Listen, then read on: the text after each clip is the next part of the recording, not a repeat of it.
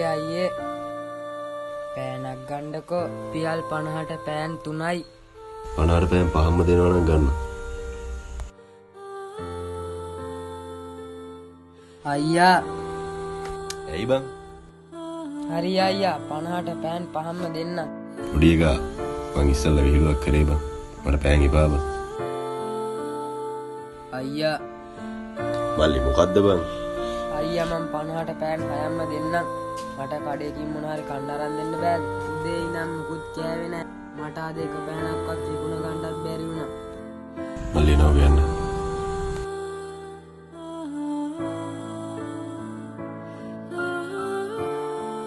වෙනුමින් වත්කම් වලින් අපි වෙනස් වුණත්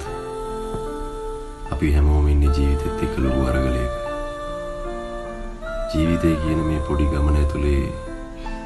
පුළුවන් විදිහට අපි තව කෙනෙක්ට හයියක් වෙන්න ඕන මොකද